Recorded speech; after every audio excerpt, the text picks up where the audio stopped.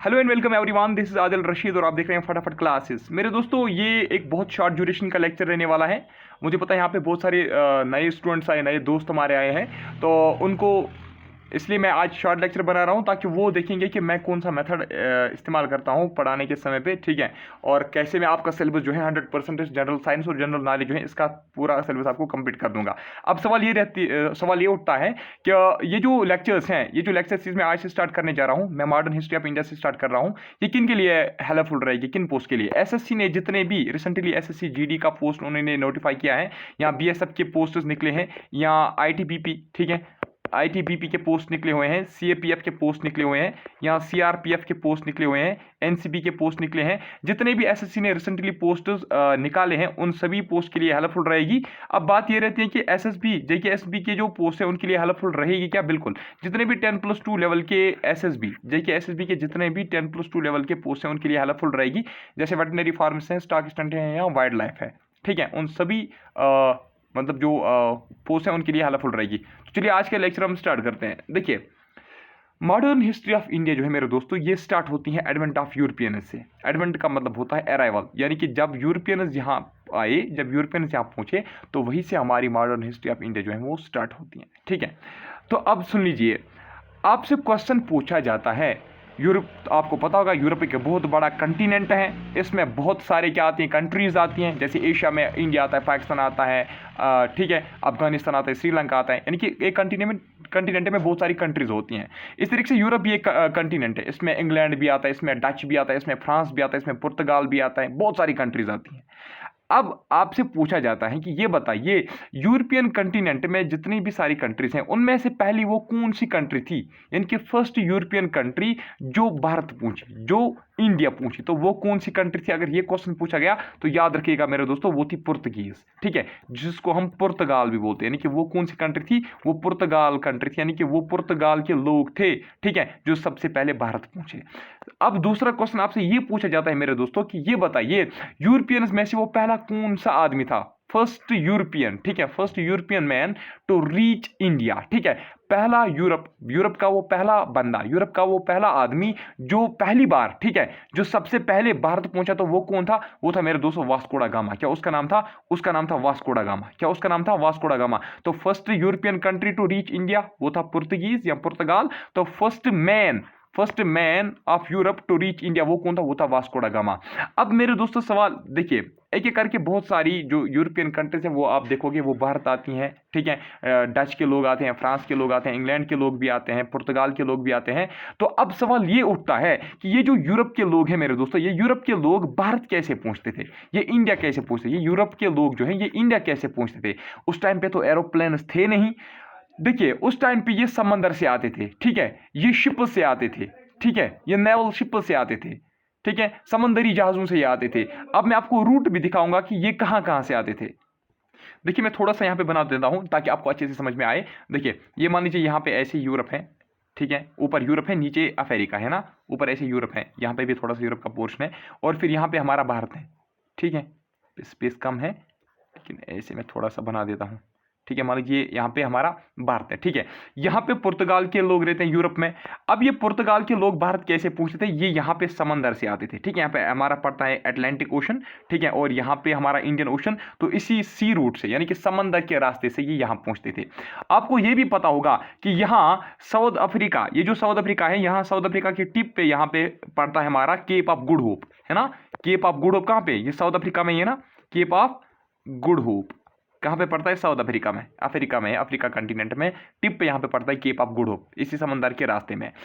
अब सुन लीजिए, ये जो रूट है ना, ये जो समंदरी रास्ता है, इसको केप रूट भी कहा जाता था। केप रूट क्यों कहा जाता था? क्योंकि यहाँ पे बीच में इसको पड़ता ना केप ऑफ गुड होप, इसी के नाम पे इसका नाम रखा गया था फिर केप रूट। क्या रखा गया था नाम? Cape route. अब मैंने आपको बोला कि यूरोपियंस में से सबसे पहले जो आया था भारत, उसका नाम था वास्को डा गामा। आपको पता है वास्को दा गामा कहां से आया था? वास्को दा गामा भी मेरे दोस्तों कैप रूट से ही आया था। कहां से आया था? कैप रूट से ही आया था, यानी कि केप ऑफ गुड होप से आया था। कहां से आया था? वो भी केप ऑफ गुड होप से ही आया था, केप रूट से आया था। अब आपसे क्वेश्चन पूछा जाता है कि ये बताइए who discovered Cape route? Cape route जो है मेरे दोस्तों, केप रूट जो है, जो यूरोप से लेकर भारत तक जो केप रूट है मेरे दोस्तों, वो किसने डिस्कवर किया? तो वो भी वास्को दा गामा ने ही डिस्कवर किया, क्योंकि यही तो पहले वो आदमी था जो इस रूट से आया था, जिसने ये रूट देखा। तो who discovered Cape route from Europe to India? तो वो डिस्कवर किया मेरे दोस्तों वास्को दा गामा ने। ठीक है, अब दूसरा क्वेश्चन आपसे पूछा जाता है कि ये बताइए वास्को दा गामा जब भारत पहुंचा तो भारत में उसने अपना शिप जो है वो कहां पे साइड में किया? ठीक है, वो उसका शिप कहां पे रुका? ठीक है, किसके किनारे पे रुका? तो याद रखना वो कैलीकट पहुंचा। कहां पहुंचा? कैलीकट। वास्को दा गामा सबसे पहले भारत में किस जगह पहुंचा? कैलीकट पहुंचा। कहां से आया? केप ऑफ गुड होप से आया, केप रूट से आया, केप ऑफ गुड होप यानी कि केप रूट से आया। ठीक है, अगर ये पूछा गया कि ये बताइए वास्को दा गामा जो है मेरे दोस्तों वो भारत कब पहुंचा, किस डेट पे पहुंचा? तो वो 17 मई 1498। डेट याद रखना है जरूरी और जगह भी याद रखनी है। ठीक है, 17 मई 1498 को वास्को दा गामा जो है वो भारत पहुंचता है। अब वास्को दा गामा जब भारत पहुंचता है तो उसको वेलकम करने के लिए कौन आता है? उसको रिसीव करने के लिए कौन आता है? एक हिंदू रूलर होता है। ठीक है, कैलीकट में रूल करता है एक हिंदू रूलर उस वक्त। ठीक है, वो जैमोरिन किंग होता है। कौन होता है? वो एक जैमोरिन किंग होता है, वही कैलीकट में रूल करता है उस टाइम पे। तो वो वेलकम करने के लिए जाता है किसको? वास्को दा गामा को। तो वास्को दा गामा को रिसीव किसने किया? हिंदू रूलर, कैलीकट का हिंदू रूलर जिसका नाम था किंग जैमोरिन। ठीक है, अब आपसे ये पूछा जाता है, अब देख लीजिए, आपसे पूछा जाता है कि फर्स्ट पुर्तगीज गवर्नर भारत में कौन था? जब पुर्तगीज ने यहाँ पे कब्जा जमाया, अच्छी तरीके से यहाँ पे अपनी पकड़ जो है वो मजबूत कर ली, तो फिर यहाँ पे उन्होंने गवर्नर्स भेजे, पुर्तगाल से गवर्नर्स भेजे गए अपॉइंट करके। तो पहला पुर्तगीज गवर्नर मेरे दोस्तों भारत में कौन था? उसका नाम क्या था? उसका नाम था फ्रांसिस्को अल्मेदा। क्या उसका नाम था? फ्रांसिस्को दी अल्मेदा उसका नाम था। ये पुर्तगीज का गवर्नर कब बना? 1505 में पुर्तगीज का गवर्नर बना और 1509 तक इसने सर्व किया as Portuguese, first Portuguese governor in India. ठीक है, तो फ्रांसिस्को अल्मेदा पहला पुर्तगीज गवर्नर था। अब सेकंड पुर्तगीज गवर्नर कौन था मेरे दोस्तों? सेकंड पुर्तगीज गवर्नर जो था उसका नाम था अल्फोंसो डी अल्बुकर्क्यू। क्या उसका नाम था? Alfonso de Albuquerque. ये अल्फोंसो डी अल्बुकर्क्यू जो है मेरे दोस्तों ये 1503 में ही भारत पहुंचा था। लेकिन इसको कब गवर्नर बनाया गया? इसको 1509 में गवर्नर बनाया गया जब फ्रांसिस्को डी अल्मेदा की टर्म कंप्लीट हो गई। यानी कि सिंपली आप समझ लीजिए ये पहला पुर्तगीज गवर्नर था, ये फर्स्ट पुर्तगीज गवर्नर था, ये सेकंड पुर्तगीज गवर्नर था। ठीक है, अच्छा अब देख लीजिए ये इंपॉर्टेंट पॉइंट्स है फ्रांसिस्को डी अल्मेडा के बारे में।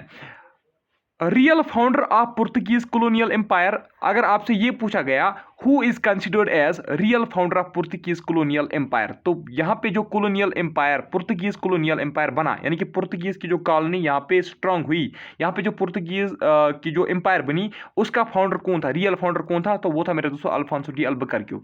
देखिए वास्को दा गामा भी आया और वापस चला गया, कैप रूट उसने डिस्कवर किया, उनको वहाँ पे पुर्तगाल में जाके बोला कि ऐसे ऐसे हैं भारत में, वहाँ पे स्पाइस हैं वगैरह हैं, तो आप यहाँ से अपने कुछ बंदे भेजो वहाँ।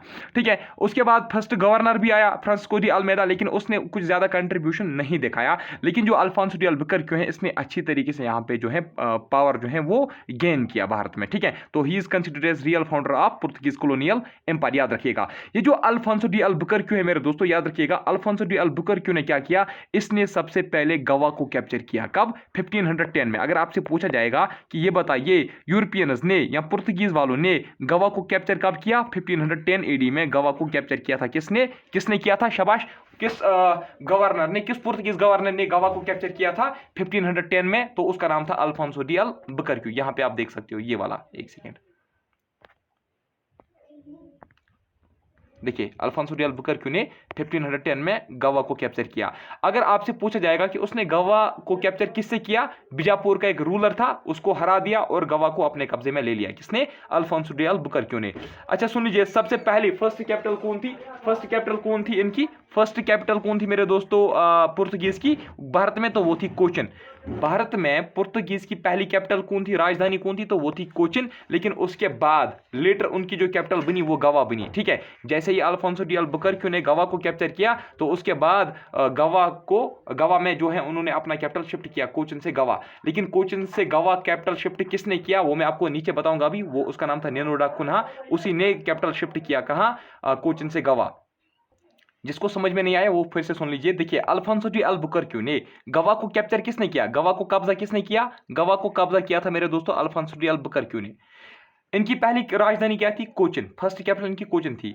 अब अगर अल्फांसो डी अल्बुकर्क्यू ने गवा को कैप्चर किया, क्या इसी ने फिर वहां पे ट्रांसफर कैपिटल किया, नहीं, ट्रांसफर लेकिन कैपिटल गवा में किसने किया, निनो दा कुन्हा ने। ठीक है, ठीक है, गवा को कैप्चर किया अल्फांसो डी अल्बुकर्क्यू ने, लेकिन वहां कैपिटल शिफ्ट किसने किया, निनो दा कुन्हा ने। ठीक है, गवा को कैप्चर कब किया गया, 1510 में। अच्छा सुन लीजिए, अगर आपसे पूछा जाएगा कि who introduced policy of imperialism, policy of imperialism जो है मेरे दोस्तों, पॉलिसी ऑफ इंपेरियलिज्म भारत में किसने इंट्रोड्यूस किया, तो याद रखिएगा उसका नाम था अल्फांसो डी अल्बुकर्क्यू, जो पुर्तगीज का गवर्नर था। ठीक है, तो पॉलिसी ऑफ इंपेरियलिज्म किसने यहां पे इंट्रोड्यूस किया, शाबाश, अल्फांसो डी अल्बुकर्क्यू ने। अगर आपसे पूछा जाएगा कि पॉलिसी ऑफ ब्लू वाटर, ठीक है, यानी कि ब्लू वाटर पॉलिसी जो है ये किसने इंट्रोड्यूस किया, तो याद रखिएगा ये फर्स्ट पुर्तगीज के गवर्नर जिसका नाम था फ्रांसिस्को अल्मेदा, उसने इंट्रोड्यूस किया। तो फ्रांसिस्को दी अल्मेदा जो पहला पुर्तगीज गवर्नर था, उसने यहाँ पे ब्लू वाटर पॉलिसी इंट्रोड्यूस की, यानी कि वो चाहता था कि हम नेवी जो है, जो नेवल रूट्स हैं, जो सी रूट्स हैं, उस पर हम कब्जा करें। ठीक है, उस पर हम कंट्रोल अपना जो है उसका कंट्रोल हमारे हाथों में आना चाहिए। ठीक है, तो अल्फांसो डी अल्बुकर्क्यू ने क्या किया, इसने यहाँ पे पॉलिसी ऑफ इंपेरियलिज्म यहाँ पे इंट्रोड्यूस की। अच्छा, ये जो अल्फांसो डी अल्बुकर्क्यू है ना, इसने क्या किया, जो अल्फांसो डी अल्बुकर्क्यू है मेरे दोस्तों, जो सेकंड पुर्तगीज का गवर्नर था, इसने इसको तो रियल फाउंडर कहा जाता है ना, पुर्तगीज कॉलोनियल एम्पायर का रियल फाउंडर कहा जाता है। क्यों, देखिए इसने क्या किया, ये बहुत बड़ा चालाक आदमी था। इसने क्या किया, इसने तमाम जो पुर्तगीज के सेटलर, जो पुर्तगीज से जिन लोगों को पुर्तगीज से भेजा गया, गवर्नमेंट ने जिन लोगों को पुर्तगीज से भारत भेजा, ये अल्फांसो डी अल्बुकर्क्यू, ये जो सेकंड पुर्तगीज का गवर्नर था, इसने क्या किया, इसने उनको बोला, पुर्तगीज के लोग जो यहाँ पे आए थे उनको बोला कि आप भारत के जो वुमेन्स हैं, जो भारत की महिला है, आप उनके साथ शादी करो। क्या कहा, जो भारत की महिलाएं हैं आप उनके साथ शादी करो। ठीक है, तो याद रखिएगा ये किसने कहा था कि आप भारत की महिलाओं के साथ शादी करो, किस पुर्तगीज गवर्नर ने कहा था, अल्फांसो डी अल्बुकर्क्यू ने। तो ये भी याद रखिएगा कि अल्फांसो डी अल्बुकर्क्यू जो है भारत में सबसे पहले अगर सती किसने अबॉलिश किया, तो वो अल्फांसो डी अल्बुकर्क्यू ने किया। किसने, अल्फांसो डी अल्बुकर्क्यू ने सती को एबॉलिश किया अपनी टेरिटरीज में। उसके बाद आया और एक पुर्तगीज का गवर्नर जिसका नाम क्या था, निनो दा कुन्हा। निनो दा कुन्हा ने क्या किया, इसने सबसे पहले दीव जो है ना, दमन एंड दीव जिसको हम बोलते हैं, दीव को इसने एक्वायर किया, दीव को इसने कैप्चर किया। कब, 1935 में। याद रखिएगा निनो दा कुन्हा जो है, इसने दीव को कैप्चर कब किया, 1935 में। और यही वो निनो दा कुन्हा है, यही वो गवर्नर है जिसने कैपिटल ट्रांसफर किया कोचिन से, कहां, गवा में। ठीक है, गवा को कब कैप्चर कब किया गया था, 1510 में ही। लेकिन आपसे अगर यह पूछा जाएगा कि गवा पुर्तगीज की कैपिटल कब बनी, वो 1530 में बनी। ठीक है, तो कोचिन से गवा कैपिटल ट्रांसफर किसने किया था, वो निनो दा कुन्हा ने किया था। लेकिन गवा को कैप्चर किसने किया था, अल्फांसो डी अल्बुकर्क्यू ने किया था, है ना। चलिए नेक्स्ट क्वेश्चन। हाँ, पुर्तगीज एक्वायर्ड दमन इन 1559। हाँ, दमन को इन्होंने कब कब्जा किया, 1559 में। दीव को कब कब्जा किया, 1935 में। ठीक है, गवा को कब कब्जा किया, 1510 में। ये कुछ इंपॉर्टेंट डेट्स हैं जो आपको याद रखनी है। ठीक, अच्छा, पुर्तगीज वाले जो हैं उसके बाद पावर तो इन्होंने गेन किया, लेकिन एट लास्ट इनको ये जो जितने टेरिटरीज पे उन्होंने कब्जा किया, धीरे धीरे इनकी ये जो टेरिटरीज हैं, दे लॉस्ट दीज टेरिटरीज, यानी कि इन्होंने इन पे जो इनका कब्जा था, कंट्रोल जो कर रहे थे इन टेरिटरीज को, ये कब्जा जो है इनसे ये वापस छीन लिए गए। ठीक है, कुछ इंग्लिश ने इनको छीने, कुछ मराठास ने छीने, ठीक है, कुछ बाकी देशों ने छीने, या कुछ भारत के ही जो रूलर्स थे उन्होंने छीन लिया वापस। तो आगे हम देखेंगे वो भी। देखिए यहाँ पे आपसे लिखा गया है एक पॉइंट है, दैट इज हुगली जो है ना, हुगली 1632 में जो पुर्तगीज वाले लोग हैं, पुर्तगीज वाले लोगों से हुगली जो एक टेरिटरी थी उसको छीना जाता है। कब, 1632 में, during the reign of Shahjahan, जिस वक्त शाहजहां रूल कर रहा था, 1632 में हुगली टेरिटरी जो है ये पुर्तगीज वालों से छीन ली गई। ठीक है, और उसके बाद क्या होता है, 1661 में पुर्तगीज का किंग जो होता है, पुर्तगीज का जो किंग होता है, वो बॉम्बे की जो प्रेसिडेंसी है, बॉम्बे की जो टेरिटरी है, वो चार्ल्स सेकंड को देता है। किसको देता है, चार्ल्स सेकंड को देता है। चार्ल्स सेकंड कहां का था, वो इंग्लैंड का था। चार्ल्स सेकंड को ये क्यों देता है, देखिए, पुर्तगीज का गवर्नर था, ठीक है, ये पुर्तगीज का किंग था, ये बॉम्बे को चार्ल्स सेकंड को क्यों सौंप रहा है। अगर चार्ल्स सेकंड इंग्लैंड का है तो ये बॉम्बे को चार्ल्स सेकंड को क्यों सौंप रहा है, इसलिए दे रहा है क्योंकि ये उसको ये डाउरी में दे रहा है। ठीक है, आप समझ रहे हैं, पुर्तगीज का किंग जो है वो 1661 में चार्ल्स सेकंड जो इंग्लैंड का होता है उसको डाउरी में देता है क्या, बॉम्बे की टेरिटरी। क्यों? क्योंकि उसने उसने पुर्तगीज का जो किंग था उसकी जो बहन है उसकी शादी हुई थी किसके साथ, चार्ल्स सेकंड के साथ जो इंग्लैंड का था, इसीलिए फिर उसने इसको डाउरी में बॉम्बे दी थी, ये याद रखिएगा। ठीक है, नेक्स्ट है फर्स्ट पुर्तगीज फैक्ट्री। अगर आपसे पूछा जाएगा कि वो कहां पे स्टैब्लिश की गई थी, किस जगह पे स्टैब्लिश की गई थी, तो याद रखना आप, वो स्टैब्लिश की गई थी कैलीकट में। कहां पे? कैलीकट में फर्स्ट पुर्तगीज फैक्ट्री जो है मेरे दोस्तों वो स्टैब्लिश हुई थी कहां पे, कैलीकट में। अब देखिए नेक्स्ट पॉइंट्स हमारे क्या है, एक सेकेंड, देखिए सेंट, एक जेजिस सेंट है, एक क्रिश्चियन का मतलब जो सेंट है उसका नाम क्या था, उसका नाम था फ्रांसिस्को जेवियर। फ्रांसिस्को जेवियर भी भारत आया। ये जेजियट सेंट था, यानी कि एक क्रिश्चियन सेंट था, फ्रांसिस्को जेवियर इसका नाम था।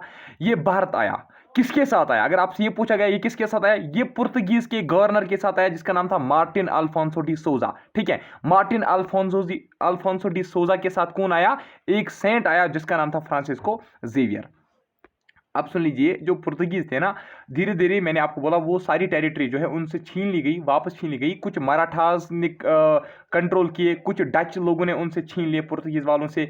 इंग्लिश आए तो उन्होंने भी पुर्तगीज वालों से कुछ टेरिटरी जो है छीन ली। तो याद रखिएगा, जो गोवा, दीव और दमन, ये जो तीन टेरिटरीज थे ना, ये इन्होंने 1961 तक इनका इनका जो कब्जा है वो इन तीन टेरिटरीज पे था। इन्होंने तमाम टेरिटरीज धीरे धीरे मतलब क्या है लॉस्ट की, ठीक है, इनसे छीन ली गई। लेकिन गोवा, दीव, दमन यानी कि भारत के आजाद होने के बाद भी 1947 के बाद भी यहां पे पोर्तुगीज वाले रूल कर रहे थे तीन टेरिटरीज पे, गोवा में, दीव में और दमन में। ठीक है, तो 1961 तक गोवा, दीव, दमन जो है उस पे रूल कौन करते हैं, उस पे रूल करते हैं पुर्तगीज वाले। बाकी सभी टेरिटरी जो है वो उनसे पहले ही छीन लिए गए थे। ठीक है, ये भी याद रखिएगा, अगर आपसे पूछा जाएगा कि ऐसी कौन सी कंट्री थी जो भारत में सबसे पहले आई और यहां पे सबसे लास्ट पे निकली। ठीक है, तो सबसे पहले जो कंट्री आई थी वो कौन आई थी, अभी मैंने आपको पहले ही बोला वो पुर्तगीज ही आई थी, है ना, वो पुर्तगीज ही आई थी। अच्छा, अब सबसे लास्ट पे कौन निकले? ठीक है, देखिए 1961 यानी कि आज़ादी के बाद सबसे अगर हम देखेंगे सबसे बाद हमें लगता है कि इंग्लिश वाले चले गए, इंग्लैंड के लोग थे, अंग्रेज थे तो वो भागे, तो फिर यहाँ पे सब यूरोपियन जो है उनकी छुट्टी हुई नहीं। आज़ादी के बाद भी, भारत के आज़ाद होने के बाद भी गोवा, दीव, दमन पे रूल कर रहे थे फॉरेन कंट्री जिसका नाम था पुर्तगाल, यही पुर्तगीज वाले। ठीक है, तो यही सबसे पहले आए और सबसे मतलब लास्ट पे यही यहाँ से लौट के चले गए। ठीक है, first European country to come and last European country to leave वो थी यही पुर्तगीज, पुर्तगाल के लोग। ठीक है, समझ आया ना? अब एक इंपॉर्टेंट पॉइंट है मेरे दोस्तों जो मैंने इसमें नहीं लिखा है, कल से मैं कोशिश करूंगा कि सभी मैं इसी पे लिखूं ताकि आपको भी फिर नोट करने में आसानी हो जाएगी। ठीक है, देखिए अगर आपसे पूछा जाएगा ना कि पुर्तगीज वालों ने यहाँ पे क्या क्या इंट्रोड्यूस किया, देखिए जो फर्स्ट प्रिंटिंग प्रेस है ना भारत में, फर्स्ट प्रिंटिंग प्रेस जो है मेरे दोस्तों, फर्स्ट प्रिंटिंग प्रेस पुर्तगीज के लोगों ने यहाँ पे जो है सेटअप की थी। ठीक है, फर्स्ट प्रिंटिंग प्रेस जो है मेरे दोस्तों वो किसने इंट्रोड्यूस की थी भारत में, फर्स्ट प्रिंटिंग प्रेस वो इंट्रोड्यूस की थी पुर्तगीज ने ही। ठीक है, पुर्तगाल के लोगों ने ही की थी। कहां पे इंट्रोड्यूस की थी? शाबाश, गोवा में।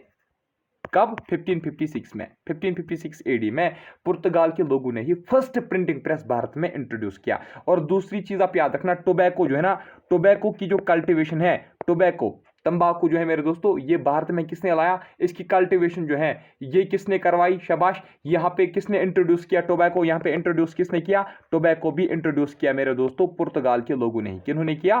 पुर्तगाल के लोगों ने ही। अब बाकी सारी कुछ चीजें हैं जो पुर्तगाल के लोगों ने यहाँ पे इंट्रोड्यूस की, तो वो भी आप नोट कर लीजिए, लेकिन तंबाकू जो है ये सबसे ज्यादा इंपॉर्टेंट है, ये आप याद रखना। ठीक है, तो टोबैको आपने याद रखना, टोबैको। अच्छा, याद रख लीजिए आप, मेज जो है ना, मेज है या पाइन एप्पल है। ठीक है, पाइन एप्पल है, चिली है, और क्या है शाबाश, कैशू है, पपाया है,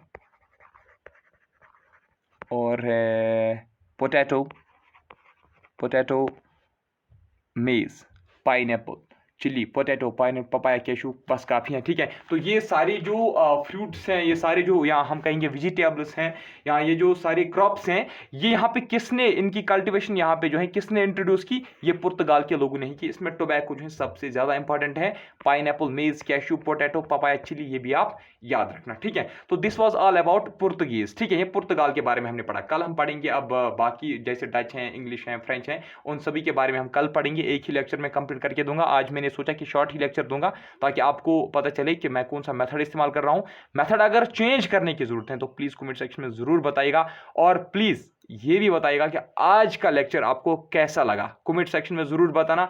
देखिए मेरे दोस्तों, ये हमारी आज पहली क्लास थी, और आपको पता है जब व्यूअर्स बहुत सारे आते हैं तो हमें मोटिवेशन मिलती है कि हाँ इतने सारे बच्चे आ रहे हैं, क्लास जो है वो देने ज़रूर पड़ेंगे, और सिलेक्शंस भी फिर जो है अच्छी खासी आती हैं जब कैंडिडेट्स भी बहुत सारे होते हैं, और फिर हमारा इंटरेस्ट भी बढ़ जाता है।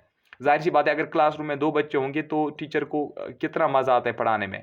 फिर अगर उसी क्लासरूम में 100 बच्चे होंगे, 200 बच्चे होंगे, तो कितना ज़्यादा और भी ज़्यादा इंटरेस्टिंग क्लास बनता है ना। कुछ एक्स्ट्रा फैक्टर्स भी एक दूसरे के साथ शेयर किए जाते हैं, तो उससे और भी ज़्यादा जो प्रेपरेशन है उसमें एनहेंस वो जो है इम्प्रूव हो जाती है। तो प्लीज़ आपसे एक रिक्वेस्ट है कि आज का वीडियो आप ज़रूर शेयर करना बाकी एस्पिरेंट्स के साथ भी जिन्होंने SSC, GD, CRPF, BSF, ITBP में अपने फॉर्म्स लगाए हैं या एसएसबी में फॉर्म्स लगाए हैं, ताकि बहुत सारे बच्चे जो है वो यहाँ पे ज्वाइन कर सके और उससे हमें भी मोटिवेशन मिलेगी। आपने देखा होगा जेकेपी पार्डर बटालियन वालों के लिए हमने कितनी मेहनत की, और उन्होंने भी मुझे बहुत ज़्यादा सपोर्ट किया था, मोटिवेट किया था, तभी जाके उतनी ज़्यादा सिलेक्शन हुई हमें, और उनका पेपर भी बहुत अच्छा हुआ। देखिए सिलेक्शन उनकी हुई, मुझे थोड़ी उनसे कुछ अब लेना है, कुछ नहीं लेना है। सिलेक्शन हुई तो उनका करियर बना, उनका फ्यूचर जो है वो ठीक हुआ। चलिए आज की इस वीडियो में इतना ही, मिलता हूं आपसे नेक्स्ट टाइम में, तब तक के लिए bye bye, take care, thank you very much. तो आपसे अब यही उम्मीद रहेगी कि आप जरूर आज का वीडियो शेयर करोगे और कमेंट में जरूर बताओगे कि आज का वीडियो आपको कैसा लगा। Bye, thank you, good night.